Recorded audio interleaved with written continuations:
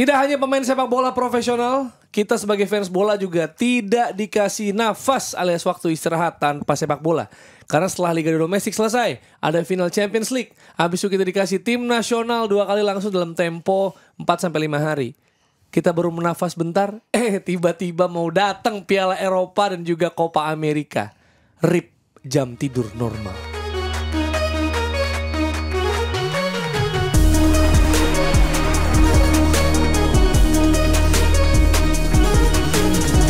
Selamat datang di Box to Box Football Show.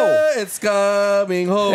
It's coming home. Itu selalu. Enggak, tapi kalau It's Coming Home, rumahnya Piala Eropa itu ada betul, di ini. betul.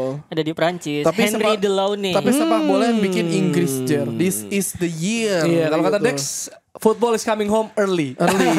Oh itu belum rilis itu. Kontennya belum rilis. Iya. Gue kemarin ngobrol sama Dex itu, Dex ini kayaknya gue nggak yakin Inggris juara deh. Masalah cuma di Southgate doang. Pemainnya emang gak ada masalah, masa di Southgate doang. Tapi ada satu hal yang gue bikin yakin, Inggris kalau turnamen tiba-tiba suka ajaib. Ajaib goblok. Iya, tapi lo bukannya jadi pendukung Spanyol, dengar-dengar. Ya ini gara-gara kalian aja undian judi culture nih, judi culture. Arisan. Gua apa arisan dapat ya? Portugal, arisan. Gue Jerman. Porsi tukang Tuan rumah. jagal. Ya, Jerman. Porsi tukang jagal. Tapi di arisan sebelah saya Inggris ya, jadi Jer mau tukeran aja. si Apip mau jual tuh di Inggris. Mau jual. Mau jual dia. Kayak ini, Harga kayak ini apa? Harga pemenangnya, harga Apa? runner-up. Akun Ragnarok online bisa dijual ya. Ini Ganbon. Ya, yang jelas kita memasuki Copa Eropa dan juga Piala Amerika. Betul. Kita harus ngomongnya kalau buat judul agak dipisah ya. Ya, yang di Eropa tuh lagi ada pesta ya, pesta sepak bola Eropa ya. Nah, itu dia. Yang di Amerika juga ada Ameriki. Iya, supaya SEO-nya dapat semua lah ya. Iya betul. Tapi kalau soal Copa Eropa nih, lo antusias nggak menyambut Copa Eropa ini? Eropa. Karena ini loh, gue nggak tahu. Tapi gue belum mendengar tim song dari Euro. Dia main di Amerika kan? Apa? Copa Amerika main di Amerika kan? Iya lah. Nggak, ini Copa Eropa. Copa Eropa. Oh, Copa Eropa. Piala Eropa maksudnya Euro nih, kita ngomongin Euro ya, atau kalau Jerman nyebutnya Euro. Oh udah, setahu gue udah ada tim Apa sih tim songnya? Tapi kita nggak ngerasa hype. Sebentar. Ini gue coba cek. Soalnya kalau yang di YouTube masih David Guetta, itu kan udah lama. Nah ada, lu pasti ingat cuma Ricky Martin sih semua lu. David Guetta. 98. Iya. Jadul Tapi banget. antusias nggak? Lo gimana Ros menyambut ini? Biasa aja. Ini ada nih yang lagunya Medusa, One Republic sama Leoni. Leoninya ini teriak kwek. Ya ampun. Ini 2000 bukan udah nama ada. Alfandi itu. Kalau di YouTube udah 1,2 juta. Baru berarti tuh. 2 minggu yang lalu. Ya. Dia Ya, naikin. 2 minggu. Tapi nggak kerasa hype gitu, nggak dengerin. Tapi kalau banget. ngomongin tim song Piala Eropa yang lu ingat apaan? Nelly Nggak Furtado ingat. lah, Nelly Iya, Furtado. Forza. Euro 2004 tuh ya. Cakep banget tuh. Udah 20 tahun itu. Itu lagu udah 20 tahun. 2004 tuh berarti juara Carsteas ya? Iya, Di Portugal kan? Yunani. Itu tahun yang aneh ya. Tahun yang Karena aneh, tahun yang- Champions League pun Porto Monaco Itu- dan Deportivo. Itu lu sadar gak sih itu kayak konspirasi gak sih? Itu kayak Yunani dibikin juara, abis itu bikin olimpiade, abis itu negaranya bangkrut. Waduh. Iya kan terus bangkrut kan? belum recover sampai sekarang Iya. loh, Yunani itu. Astaga. Ibit aja. Serem juga itu. Mykonos rumah ya, habis Mykonos. itu. Ngaco. Makanya orang suka kesana murah ya misalnya. Iya. Orang-orang Eropa ya. Makanya Iya. Harry Maguire kepentok di sana tuh Mykonos. Sekarang yang juga murah kan Turki. Turki ya, betul. Iya. Murah buat orang-orang Kadang lagi liburan ini. sama ini sama apa, Liranya Kapadosia. rendah. tanam rambut. Jar kita masih ke sana Jar. Wah, tapi Thailand juga ada katanya. Apa? Tanam rambut Thailand ada juga. Tapi lebih sekarang paket udah banyak yang ke Turki Oh, Jar. paket ya sekalian ya Kita sekalian makan balon kebab udara ya. ya, balon udara ya.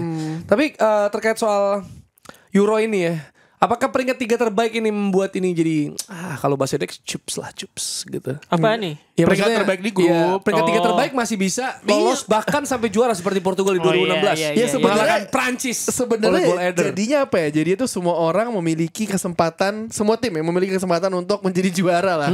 Tapi kan terkadang kalau kita melihat lagi dari apa ya kan terkadang di fase grup tuh ada tim-tim unggulan yang bermainnya ajaib ya. Kayak misalnya Portugal aja kan ketika juara kan mainnya ajaib tuh sampai akhirnya mereka fase urutan ketiga dan sampai juara. Jadi mungkin kejutan-kejutan itu kali yang diberi. Dan gue kan memberikan kesempatan bagi tim-tim yang bukan unggulan untuk berlaga di fase knockout. Iya, itu sebenarnya kayak gitu. Karena kan gue ada tuh jagoan kuda hitam gue. Belum rilis ya kontennya. Belum. Gua kasih tahu sih, Fix. Boleh. Jadi gue tuh menjagokan juara itu Prancis. Tim kuda hitam yang gue jagokan adalah Hongaria. Nah, Hongaria itu kalau nggak salah satu grup sama Jerman sama Skotlandia. Koreksi kalau salah ya. Benar ya, Fix ya? Hongaria juara dunia dulu kan? Iya, tahun 20-an 40-an. Hongaria itu kalau nggak salah grupnya Jerman sama Skotlandia. Jadi kalau misalkan sampai 3 itu gue berharap salah satunya ya Hongaria gitu. Karena kemarin tuh ada pernyataan menarik dari Marco Rossi, pelatihnya itu bilang bahwa karena namanya sama. Kebetulan. Cuman dia mengomentari Dominic Szoboszlai. Musim pertamanya dia di Liverpool kan agak pasang surut tuh. Betul. Terus banyak yang bilang kayaknya Liverpool agak ini deh, taktiknya tuh agak kurang bisa mengutilisasi si Dominic Szoboszlai karena mereka nggak main pakai nomor 10, tapi kok ngedatengin Szoboszlai gitu. Nah, terus si pelatihnya bilang, tenang, kalau di Hongaria biasanya beda karena gaya mainnya beda.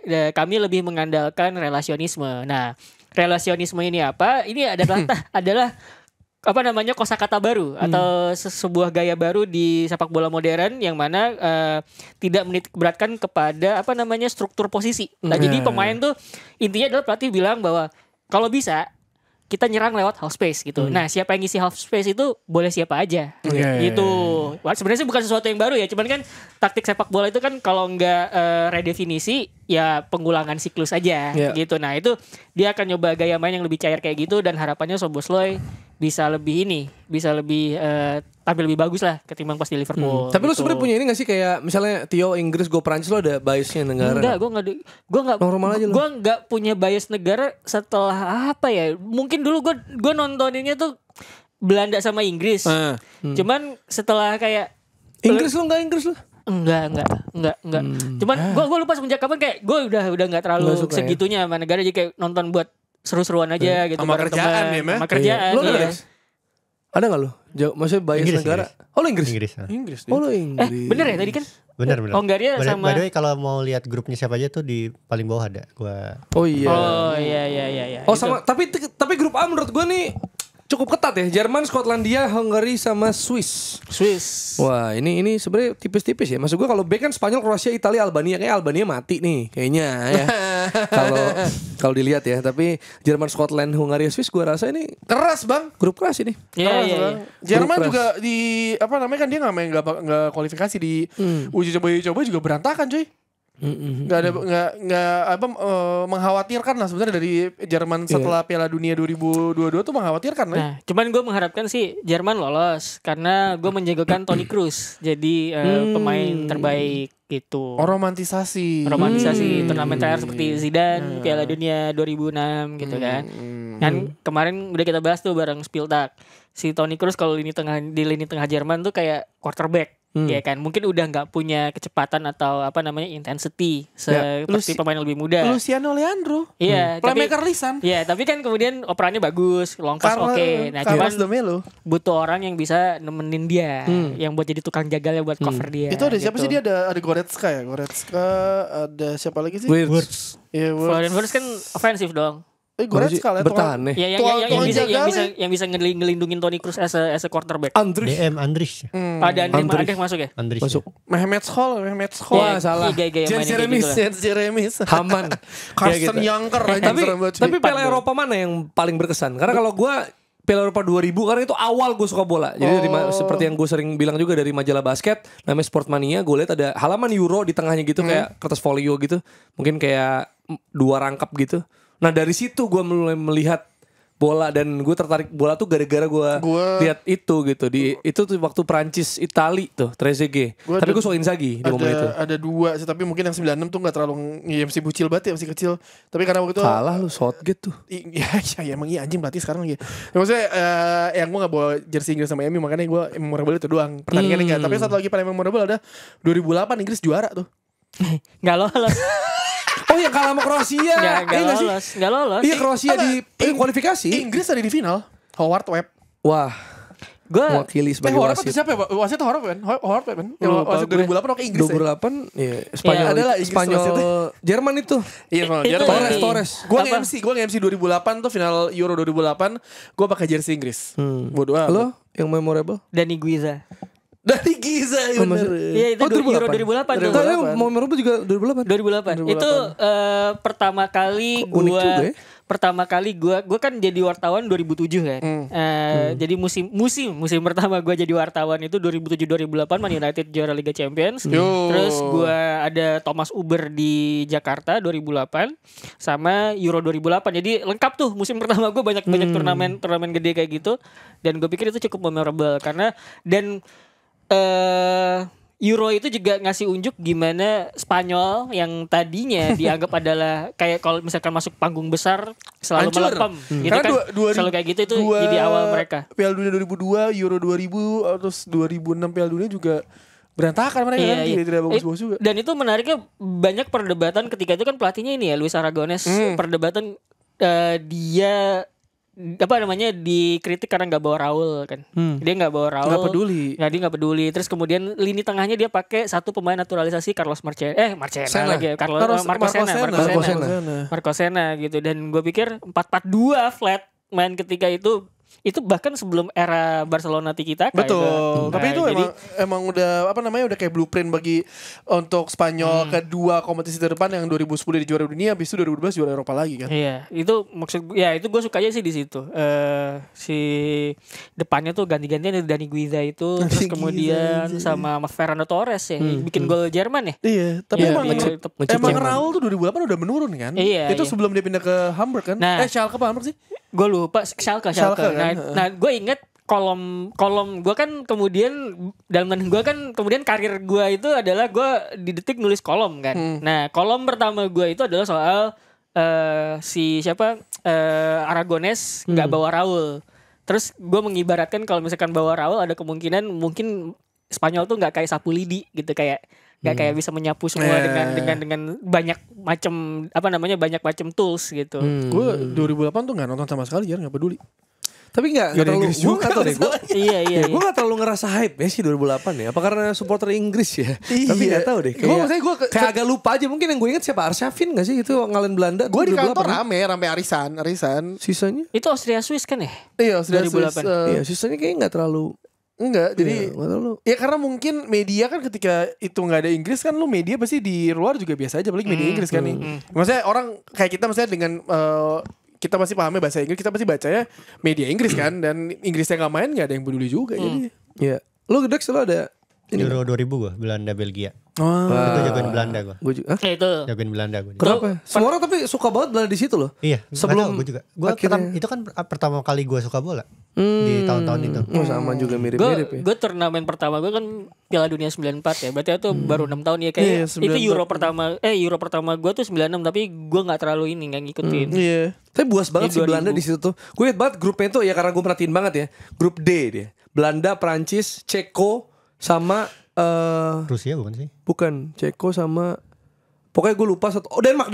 Oh iya, Peter Denmark. Schmeichel terakhir tuh. Dan Terus habis itu lolos lawan Yugoslavia ya Savo Milosevic 6-1 apa 5-1 menangnya. iya. Baru Ke kali di semifinal gara-gara 3 kali gagal penalti. Penalti. 3 kali lawan Toldo tuh nggak bisa Frank de Boer. Francesco Toldo aja. Gitu. Tapi 2000 Dan ada kejadian golden goal tuh yang Zidane lawan Portugal. yang terakhir Yang Portugal si Abel Xaviernya ambil siapa ngambil kartu Nggak, kuning. yang finalnya juga golden goal kan, satu-satu akhirnya gol iya, terakhir iya, kan, iya, gol iya. terakhir Trezeguet dan malah dibeli Juve. Itu pertama kalinya gue mengenal istilah Benelux.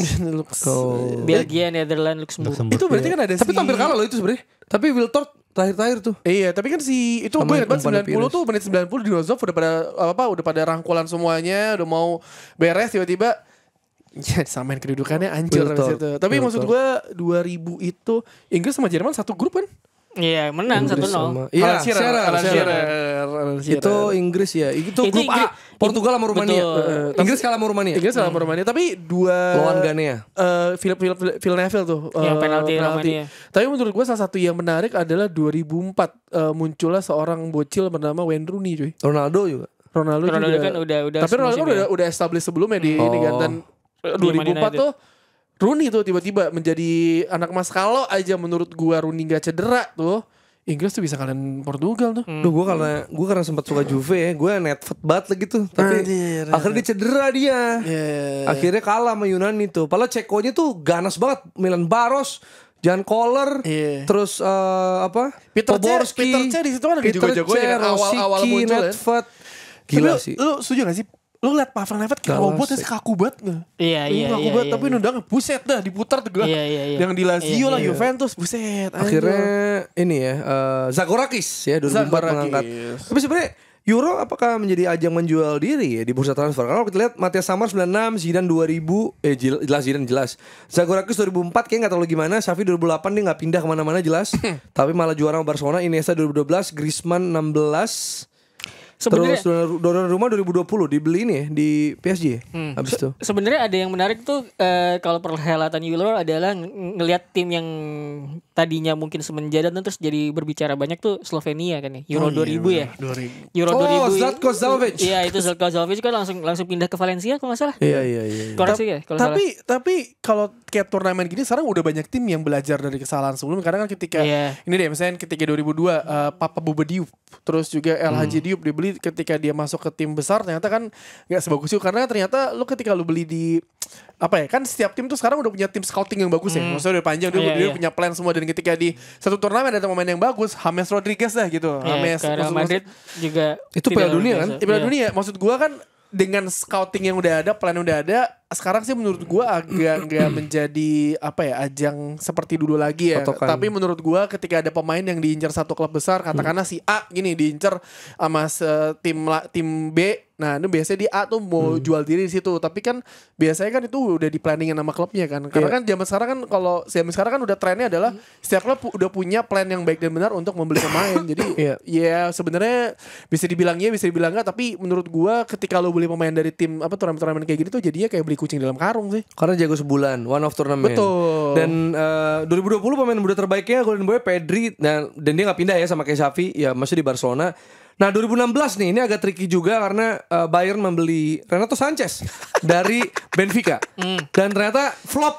Kita bisa bilang flop, nggak sebaik itu juga. Toh sebenarnya 2016 juga ya lumayan di kayak Ronaldo ya sebenarnya. Kasian tapi sih Renato Sanchez. Dia cedera atau enggak sih?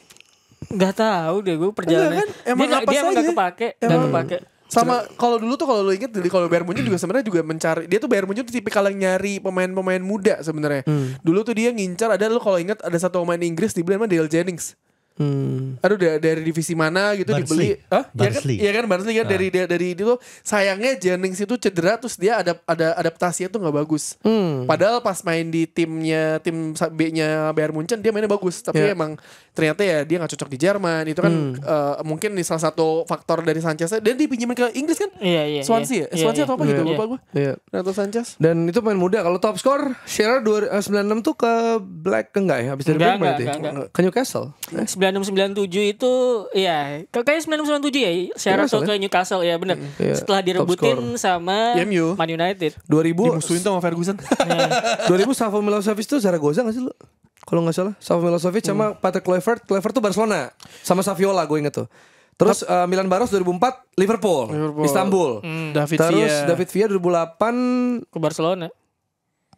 Masih Valencia kayaknya. Iya dia masih Valencia. Terus habis itu pindah buat UCL. Torres 2012 ke Chelsea ya. Apa Chelsea dulu ya itu ya? David Villa itu kayaknya agak lama deh pindahnya setelah Euro ke Barcelona. Griezmann 2016 ke Atleti. Griezmann mah di Atleti. Terus cuma ini yang gue lupa ya, ternyata 2020 top skornya Cristiano ya. Masih CR7 ya. Gila. Bahkan di YouTube gue suka ada voting tau gak sih lo kalau lo scroll timeline YouTube lo gitu. Gue lupa dari Amazon atau dari mana gitu. Kayak menurut lo Cristiano tuh masih layak gak dapet starting 11? Gitu, itu pertanyaan yang sebenarnya mungkin kita bisa tanyain juga sekarang. Sebenarnya kalau sekarang Portugal tuh forwardnya siapa? Masih ada Goncalo Ramos. Ada Goncalo Ramos ya. Tapi maksud gue gini, tergantung lu mau gaya mainnya kayak gimana. Kalau emang lu gaya mainnya tidak full press mengandalkan pemain depan gitu ya, itu bisa Ronaldo. Bisa Ronaldo. Tapi kalau lu mengandalkan full press dari pemain depan, terus kemudian fluiditas pemain depan, permutasi posisinya harus cair. mungkin jangan. Kalau gue sih menurut gue satu-satunya skill yang bisa di di dalam tanda kutip diperah dari Cristiano Ronaldo ya mungkin goal scoringnya. Karena kalau jadi dia jadi finisher aja. Kalau gitu. lu lihat si Portugal sendiri kan dia punya Bruno Fernandes, punya Bernardo Silva, anjing itu dua magician di lini tengah yang bisa memberikan semua umpan ke depan tanpa melihat dan melayani semua pemain. Dan kalau menurut gue belakangnya bagus juga loh. Belakangnya parah juga. Ruben Dias, Cancelo, Diogo Costa. Pepe masih main kan? Masih. Iya kan? Jadi maksud gue, menurut gue ada dan gak ada Ronaldo sebenarnya kuncinya bukan di striker sih, di tengah semua. Karena menurut gue ada Ronaldo dengan umpan-umpannya dari Bernardo sama si Bruno Fernandes harusnya sih menjadi makanan empuk ya bagi Ronaldo ya. Siapa tau kena rambut lagi kan? Iya, Ronaldo itu tidak butuh dia cuma butuh satu momen besar udah abis itu timnya moral langsung naik tuh. Udah gitu aja. Sama kurang-kurangin marah-marah di lapangan udah itu aja udah. Iya kayak Bruno ya. Sama ini sebenarnya kalau misalkan tiba-tiba lawannya itu pakai garis defensif tinggi. Nah, itu tuh capek terus tuh. kemudian satu-satunya cara untuk bisa mengakali garis defensif tingginya lawan itu adalah lu pakai umpan terobosan. Kan lu punya Bernardo, lu punya Bruno tuh. Bisa tuh pada umpan terobosan.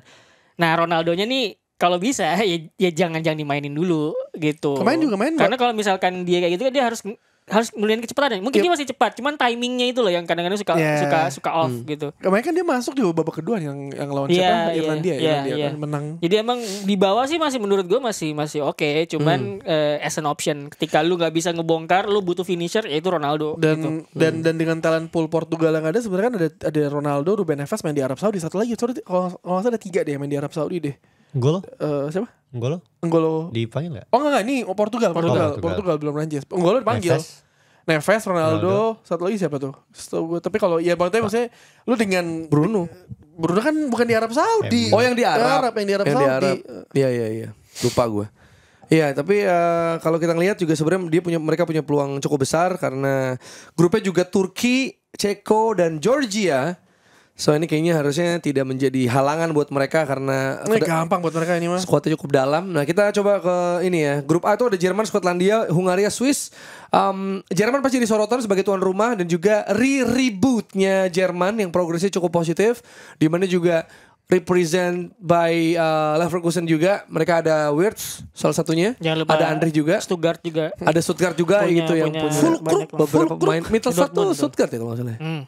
Dan juga beberapa pemain lain dan ini menunjukkan memang ya mereka cenderung lebih meyakinkan bahkan dibanding ketika di Piala Dunia kemarin. Sepertinya ya. Fulkrug pun orang lebih lihat walaupun kemarin berantem sama Rudiger ya. Iya sih. Sempat dilatih tapi menurut gue salah satu alasan kenapa Jerman di 2022 itu tidak perform adalah karena digendong Musiala.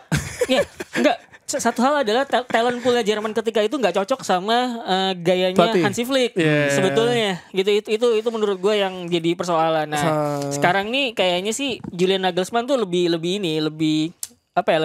dinamis lah menanggapi talent pool yang dia punya terus kemudian menyesuaikan dengan gaya mainnya dia gitu loh. Jadi kemudian kita tidak berheran kalau misalkan banyak pemain-pemain Leverkusen sama Stuttgart masuk gitu karena dia pikir oh ini cocok lah buat gaya main gua gitu. Tetap direct tapi ada juga pemain-pemain yang emang perform sepanjang musim ini gitu. Plus sebenarnya jangan lupa 2022 kebanyakan ngurusin masalah di luar lapangan. Iya. Itu yang nutup mulut apalah itu tuh. Tapi lolos kayak ini. Kalau Jerman, Scotland, Hungary, Swiss, I think Scotland sih menurut gue yang kayaknya. Top scorer McTominay cuy. Tapi Dex lo yakin Scotland akan mengalahkan Jerman? Ngalahin Jerman, imbang lah. Oh, imbang? Jadi mereka punya peluang untuk lolos sebagai peringkat 3 terbaik dong? Bisa. Berarti yang mati di siapa di sini? Hah? Yang mati. Swiss tuh menurut gue cukup ini ya, cukup konsisten loh di itu soalnya pada cedera pemainnya. Iya siapa Swiss? Benderanya. Ya anjing gue kira serius bangsat. Gimana dari ini yang lolos? Dua besar lah ya, kalau 3 kan hoki-hokian. Gue Jerman sama Hungaria deh. Ya gue juga Jerman Hungaria. Jerman Scotland gue. Menarik. Ini faktor Scott doang. Apa? Mana ada pelatih yang bisa ngebuat pemain tengah lu jadi top scorer anjir. Aneh banget kan? Oke, kita geser ke grup B ya. Spanyol, Kroasia, Italia, Albania dan Italia. Ya kita bahas Italia dulu. Nggak diunggulkan nih padahal nih, juara bertahan. Gini. Coba nih yang ada di sini. yang mungkin nonton Serie A secara reguler pasti tahu nama-nama pemainnya. Tapi buat kalian yang nonton reguler Serie A, apakah kalian tahu nama-nama ini? Gue aja anjing gue agak-agak asing kalau pas ketika gue baca, oh ternyata main ini dan mereka bagus. Dan sebenarnya jadinya kolektif pemain Italia, dan Italia kan sebenarnya rata semua kan terus. Nggak ada yang, kalau yang 2000 yang terakhir tuh masih ada bintangnya loh. Tapi superstar tapi gitu. 2020 juga orang nggak menduga mereka sabu bersih 3 menang loh. Betul. Bahkan Pessina aja golin gitu, maksudnya I mean bukan yang bener-bener gimana gitu sih. Dia Immobile malah jatuh-jatuh doang tuh. Fase grup juga perfect. Iya. Perfect. Kagak orang Italia mau fase grup yang kualifikasi. Oh iya, kualifikasi hancur. Enggak, maksudnya Euro 2020. Mereka di 3 game itu 3-3-nya menang. Gue sih tidak akan mencoret Italia, tapi tergantung lihat pelatihnya ya. Spalletti. Jadi sebenarnya kan dulu tuh yang zamannya mereka pemain depannya Graziano Pelle itu Euro yang dipimpin sama Antonio Conte ya, kalau nggak salah. Itu kan juga tidak ada bintang kan sebetulnya. Cuman Conte bisa memaksimalkan apa yang dia punya gitu. Terus kemudian Roberto Mancini begitu juga gitu. Nah, jadi tinggal pertanyaannya sekarang apakah Spalletti bisa memaksimalkan yang dia punya apa enggak gitu. Karena sepenglihatan gue melihat Spalletti sebagai seorang pelatih itu dia tidak pernah lepas dari tidak lepas dari keidentikannya dengan sepak bola ofensif. Dari AS Roma begitu ya kan, Napoli ketika jadi juara pun demikian, dia punya pemain-pemain depan kayak Kvaratskhelia gitu kan, segala macam. Jadi tergantung apakah Spalletti bisa beradaptasi sama game state di turnamen nanti apa enggak gitu. Iya. Tapi ada halangan dari Spanyol dan Kroasia. Gue nggak mau mengesampingkan Albania, tapi I don't think they will compete. Jadi emang it's between sulit lah. 3 tim aja nih. Bahkan 3 timnya salah satu yang peringkat 3 mungkin bisa jadi peringkat 3 terbaik gitu. Cuma gimana kalau lu lihat, kalau Spain mungkin juga banyak digendong Lamine Yamal atau mereka punya Rodri loh. Tapi Spanyol sebenarnya semenjak dari Piala Dunia 2018 golden era mereka berakhir sampai sekarang kan sebenarnya belum menunjukkan penampilan terbaik mereka. Tapi balik lagi maksudnya. Tapi semifinal di Euro. Semifinal yang lalu. Tapi kan lo Piala Dunia kemarin.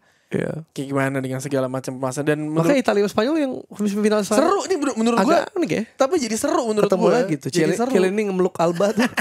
Gue inget banget kayak bocah dipeluk nih. Chiellini Sakai ditarik sama dia. Tapi gimana kalau menurut lu persaingan? Karena kalau gue juga nulis ya di box to box. Menurut gue gak tahu ini masih disebut kuda hitam apa enggak, tapi bagi gue sih gue masih percaya banget sama Kroasia lagi. Siap turnamen gue gak tahu. Kroasia sih gila sih dan turnamen. Iya, maksudnya gue gak tahu, tapi gue malah merasa antara Spanyol Italia. Gue malah merasa di grup B ini antara Spanyol atau Italia mereka akan ada di bawah Kroasia. Gini. Menurut gue salah satu penampilan tim yang penampilannya terbaik di Piala Dunia 2 tahun lalu itu ya Kroasianya Dalic. Gitu karena masih Dalic. Masih Dalic kan. Pemain juga masih sama walaupun udah cukup tua, tapi betul. Tipe-tipenya tuh fightingnya tuh dipadu yang muda sama Gvardiol gitu. Gue coba ngebedah kan cara mainnya Dalic seperti apa ketika Piala Dunia kemarin gitu kan. Salah satu caranya dia adalah dia tuh menerapkan pressing tapi nggak dari depan tapi dari tengah gitu. Jadi mid block rapat. Nah pressingnya tuh dari tengah situ. Siapa yang di pressing itu biasanya pemain-pemain yang lagi nguasain bola, itu yang di pressing. Jadi mereka bukan sekadar nutup aliran bola ya dari lawan, tapi juga langsung ngepres siapa yang bawa bola, dan itu kuncinya. Jadi mereka akan berusaha ngebuat lawan tuh nggak bisa ngelewatin garis tengah tersebut gitu. Nanti biasanya bola akan dioper ke sayap. Nah sayap-sayapnya dia kan juga agresif gitu loh. Jadi itu yang coba diterapkan sama Dalic. Pertama itu, yang kedua hybrid marking. Jadi hybrid marking itu adalah dia tuh sebenarnya tuh man marking. Tapi kan kalau man marking gini, misalkan gue disuruh jagain Tio, berarti Tio kemanapun gue harus ikutin kan. Nah, cuman hybrid markingnya si Dalic ini adalah ketika ada pemain masuk, ketika ada man marking gitu ya. Misalkan yang gue marking pindah ke zona lain. Nah itu udah jadi urusannya yang lain gitu. Ya. Jadi nggak gampang di break sama lawan gitu posisinya mereka. Jadi dia kayak zonal tapi ada man marking gitu. Ada teritori yang mesti dijaga gitu loh.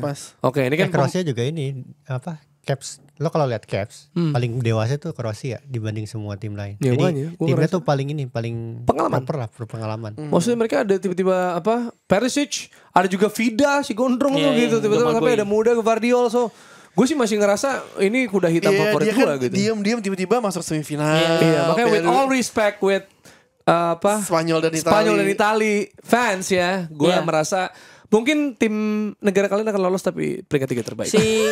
Kroasia Gitu. tuh ini ya satu lagi intensitasnya tuh terjaga karena itu tadi kan kalau misalkan lu main intensitas tinggi tapi kemudian jarak antar pemain jauh kan kecapean ya. Nah Kroasia tuh intensitas terjaga karena itu tadi gue bilang mainnya rapat, disiplin gitu loh. Jadi nggak bakal heran kalau misalkan mereka masih bisa ngejaga gaya seperti itu di fase knockout. Kemarin mereka tersingkir sama siapa ya? Argentina? Yang mana nih?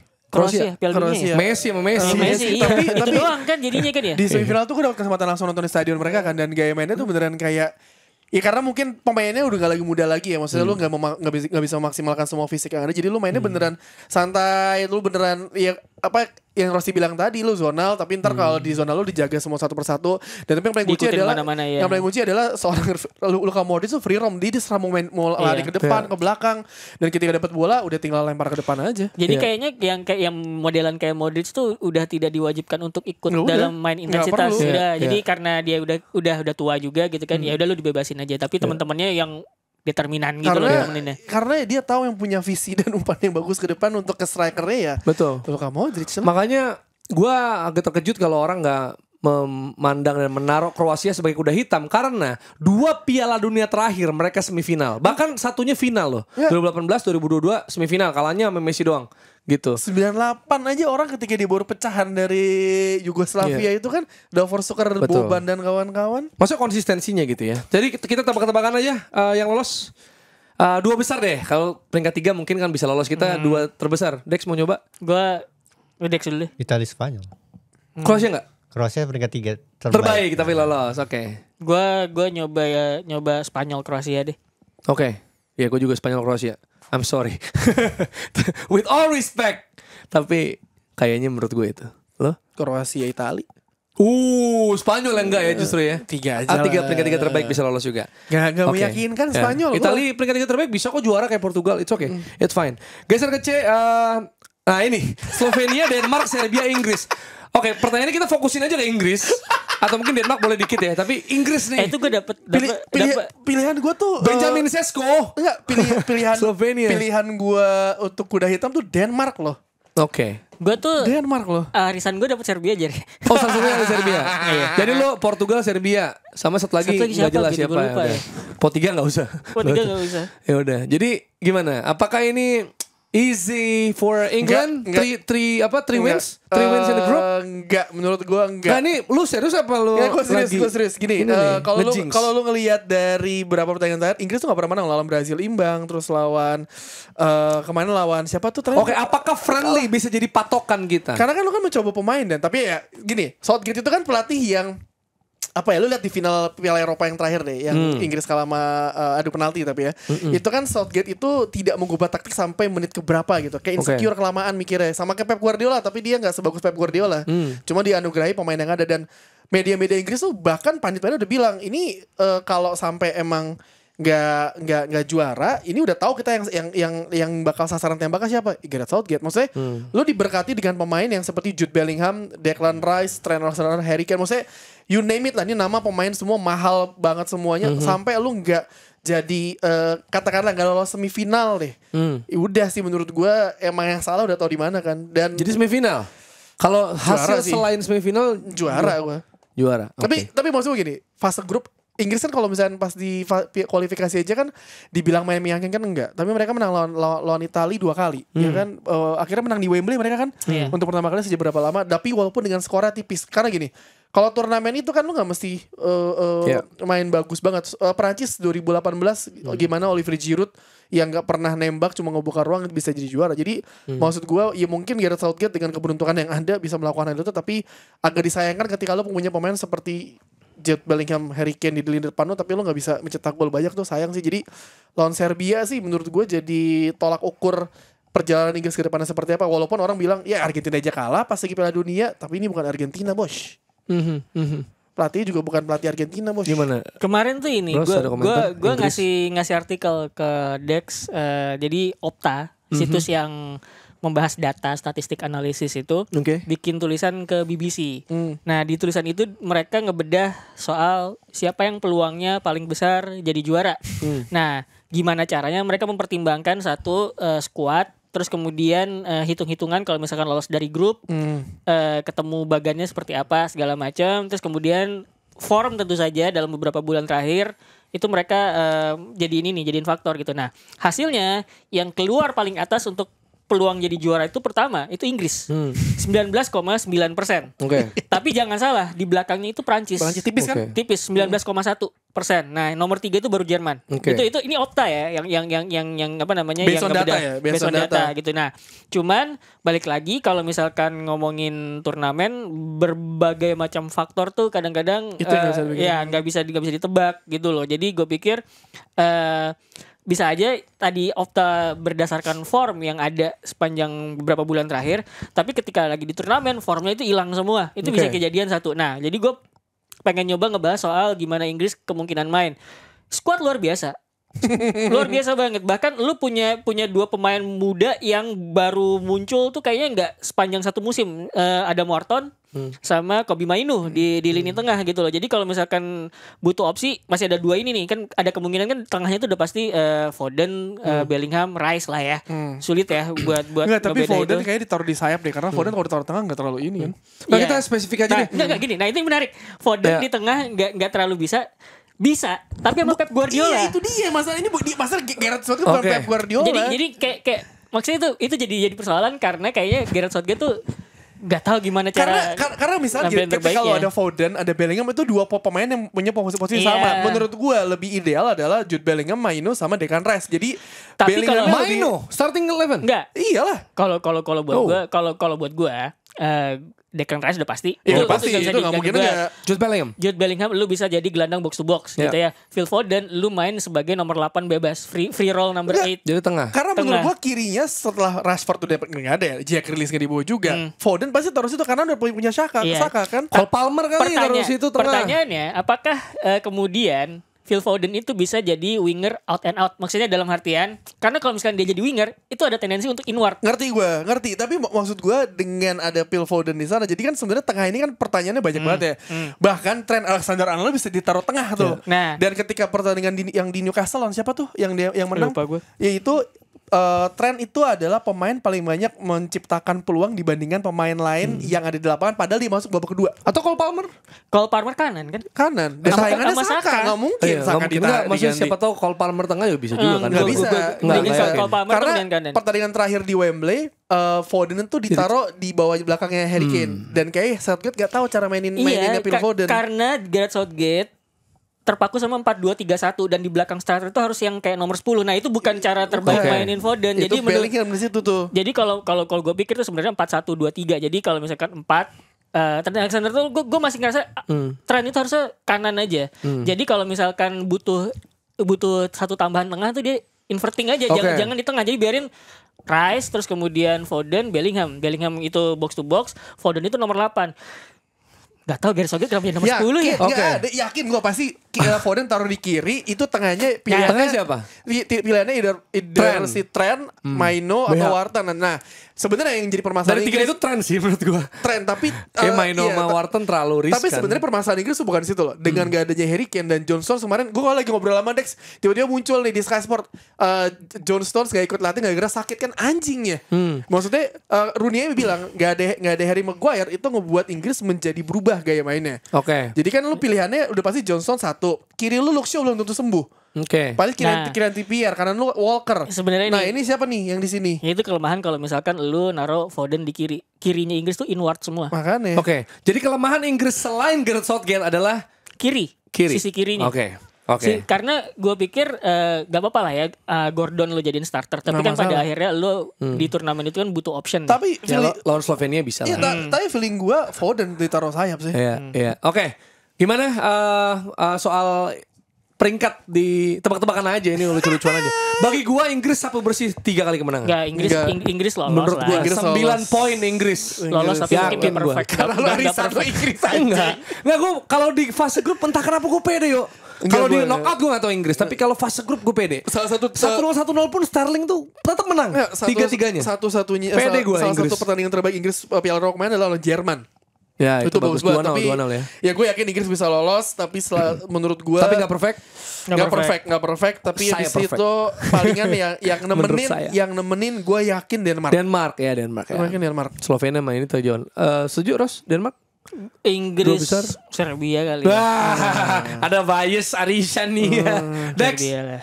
Denmark Inggris gue. Iya pasti. Denmark peringkat 1. Denmark 1 dulu. Ah lu juga Denmark lu bias lu. Dia emang suka. Kenapa? Gue kan Turki ya dapat. Enggak dia masalahnya tapi kan lu suka negara itu, kayak gitu. Itu sekarang nyebutnya Turki dalam bahasa Indonesia sekalipun. pakai Y ya? Bahasa Indonesia gimana? Gini nih bilangnya. Turki ya. Enggak serius. Anjing gue Jordi serius amat. banget. Enggak serius nih. Jordi amat. Turki ya. Turki ya. Turki ya. Oke, itu ya berarti peringkat prediksi tebak-tebakan kita. Kalau per game terlalu sulit, terlalu panjang. Nah, grup D, apa alasan Prancis nggak juara grup? Itu gak ada alasan lagi sih anjir. Gila kali. Gak tahu, aduh gue takut ngejing sih sumpah. Tapi Polandia, Belanda sama Austria. Apakah ada peluang kejutan selain Prancis peringkat pertama, peringkat 2 itu Belanda? Silakan, jangan saya ngomong ya. Gak ada sih kalau menurut gue. Gue ngerasa Belanda bakal flop. Yang bener loh. Iya. Kenapa? Ronald Koeman. Mereka tuh cederanya Nggak, banyak flop loh. ini berarti nggak lolos ke knockout. Iya. Nggak lolos knockout Iya, Belanda. iya. Yang bener. Wow. Kan dia persoalannya adalah satu gue tidak terlalu yakin sama Ronald Koeman ya. Iya, itu ya. Itu Iya. iya. Pemain-pemain. Pada cedera kan? Iya, well. Ya walaupun Tapi maksudnya- enggak gini. Jadi gue merasa kenapa gue bilang flop sebenarnya Belanda itu punya banyak pemain-pemain menjanjikan. Itu secara ini ya, secara individual sebetulnya. Jadi gue merasa sebenarnya mereka masih bisa untuk enggaknya nge-push gitu. Nah, persoalannya adalah ada beberapa pemain penting yang kemudian akhirnya nggak kebawa karena cedera. Oke. Gitu loh. Dan gue nggak tahu apakah mereka bisa keluar dari situasi kayak gini apa enggak. Karena terakhir kali di Piala Dunia lo harus mengakui bahwa Louis van Gaal itu ketika menghadapi turnamen dia bisa mengeluarkan Belanda dengan keterbatasan. Ya. Itu loh, itu bagusnya Louis van Gaal. Nuker kiper lagi. Meskipun mungkin dia secara filosofi itu clash sama yang dianggap lah kayak Johan Cruyff gitu ya. Cuman ketika lu menghadapi sebuah turnamen dan pelatih Louis van Gaal itu sebenarnya lo ada kemungkinan untuk memaksimalkan apa yang ada lah. Itu bagus lah. Iya. Nah, gitu. Tapi grupnya Ros, maksud gue dia nggak bergabung sama Kroasia, nggak ada Denmark di sana. Ini Polandia, oke Belanda nggak sebagus itu gue sepakat.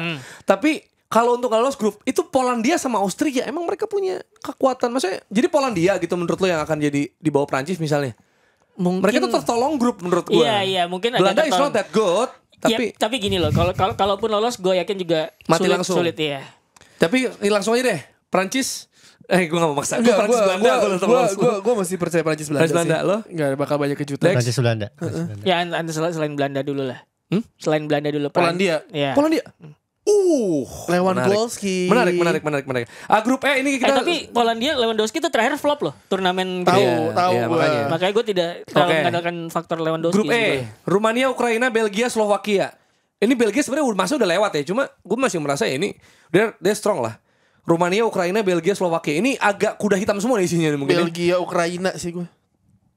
Kalau gue Iya, ngelihat season performance dan juga peringkat, gue sih merasa kayak Belgia, Slovakia malah. Rumania udah gak ada yang rambutnya sama lagi kan? Bener. Yang dicat warna kuning semua. Ini kayaknya mau apa ya? Kita ngulik grup ini belum terlalu dalam ya. Belgia, Slovakia kalau gue. Lo tadi apa? Belgia, Ukraina. Ukraina. Lo juga Sama-sama. sepakat terus, Dex? Belgia Ukraina. Ukraina juga ya. Gue akan berharap Slovakia lolos. Grup F, Turkiye, pakai Y ya. Georgia, Portugal, Ceko. Let's see. It's a group for Portugal. Yes.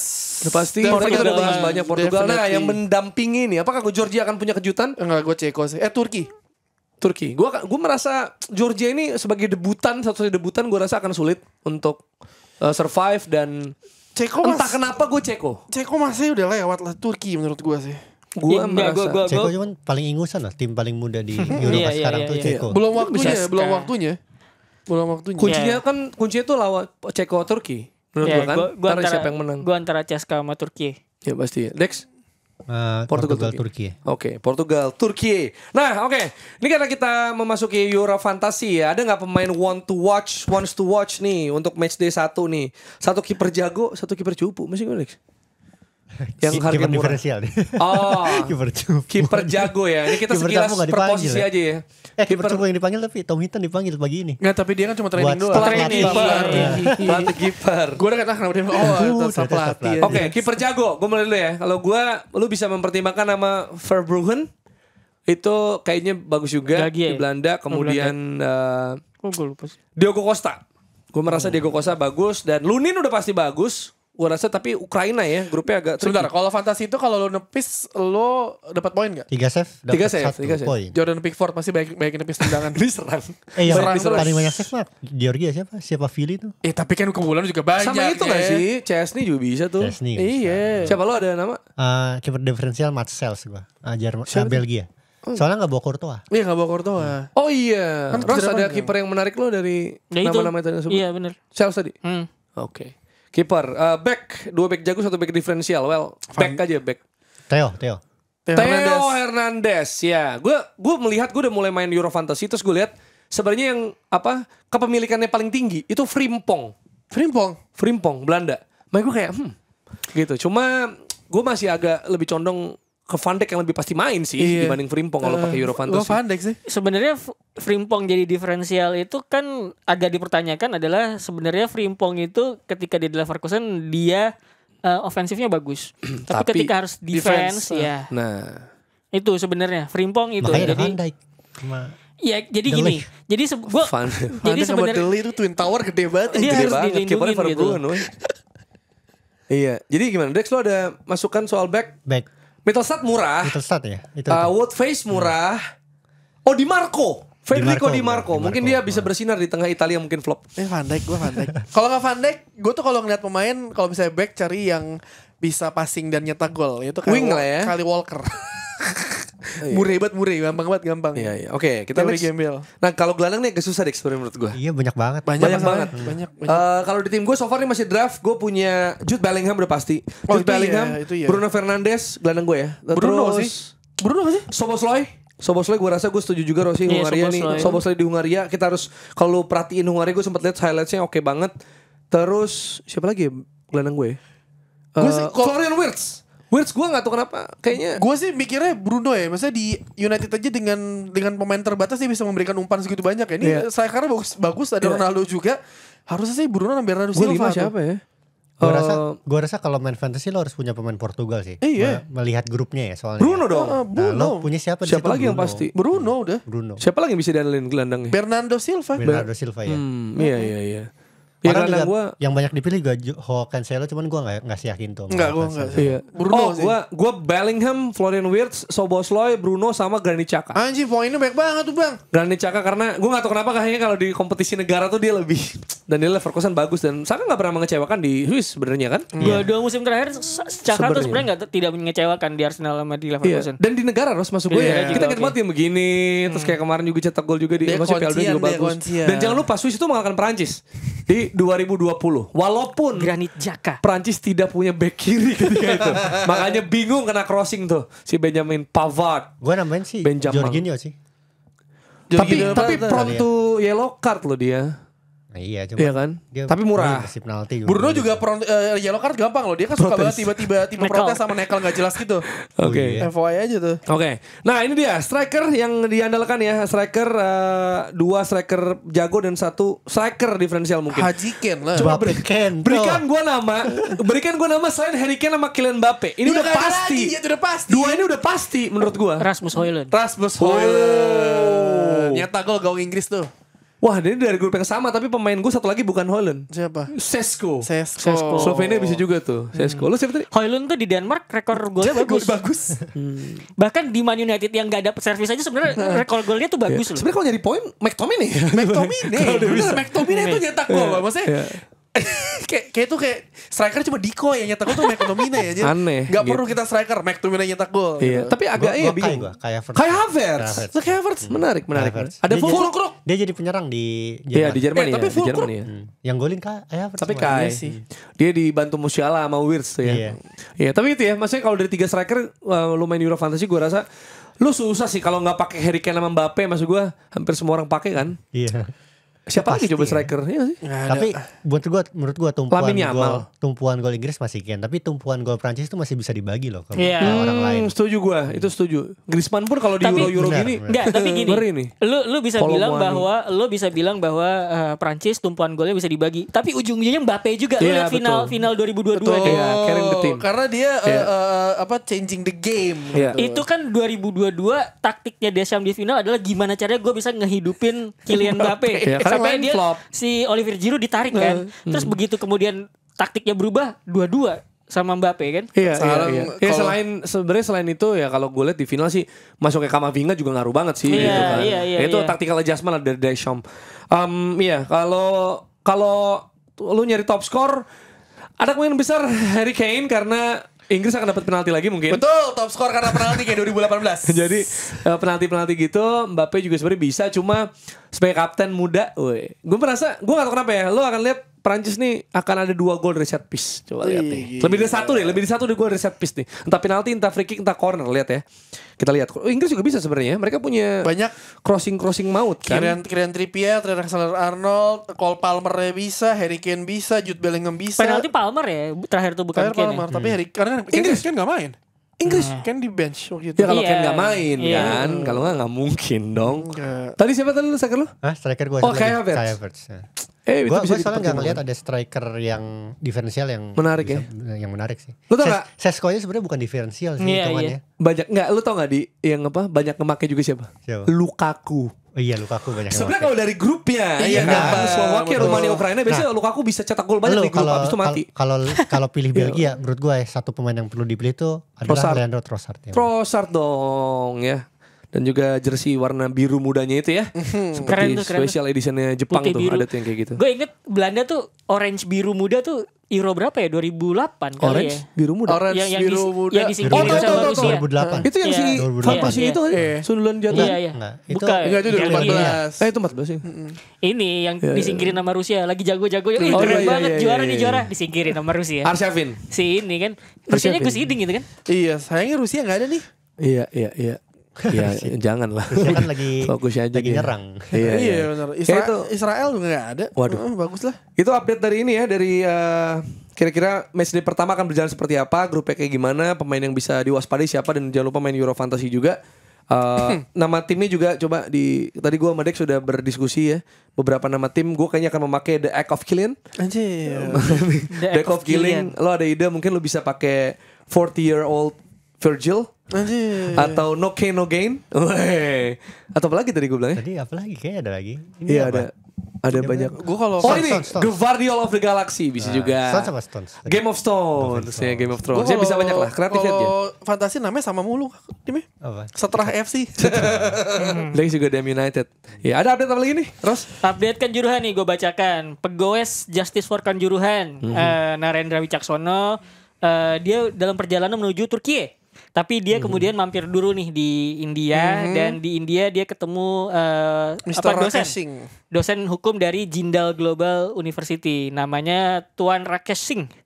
Rakesh Singh ini bilang bahwa sebagai akademisi dan praktisi hukum, dia memberikan dukungan untuk terus menyuarakan usut tuntas Kanjuruhan karena atensi publik itu apalagi sampai level internasional itu penting gitu. Soalnya kalau untuk penyelesaian ya memang cuma bisa dilakukan oleh yang berkuasa gitu. Sebagai publik ya cuma menyuarakan atensi gitu. Iya, itu dia. Dan setelah ini seperti biasa di akhir kita ada namanya Bansos Banten. Enggak ada. Nggak ada, Bang. Tidak ada. Lagi enggak ada. Tidak ada ini, bansos. Lagi libur. ini Kosong karena Kenapa nih coba? bansosnya karena baru lulus. Weh, selamat buat Waldo.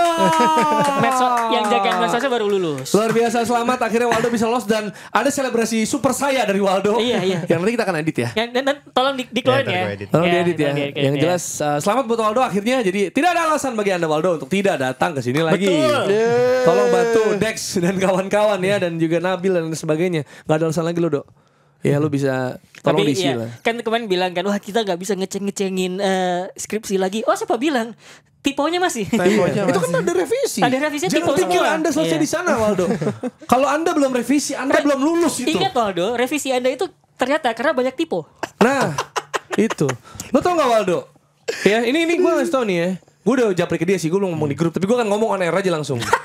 Apa? Jadi Waldo, ini gue ngasih tau nih. Waldo, Ini. lu kan ngucapin terima kasih ke kami semua. Ya. Oh iya benar. Lu tulis, terima kasih buat Bang Rana Aditya. Rana Aditya. Waldo, lu boleh ngepost Bang Rana, aku akhirnya lulus. Iya, di Gue bawah. respect lu foto. Respect. Tapi nama orang jangan lu ganti, Waldo. Tolong. Rana Aditya, astagfirullahaladzim. Aditya Sofyan, Sekian lama, anjing, sekian lama loh. Sekian lama jadi Jamie bos kali lo. Aditya, gila. Semua ada gua ngepost nama kalian. Alah.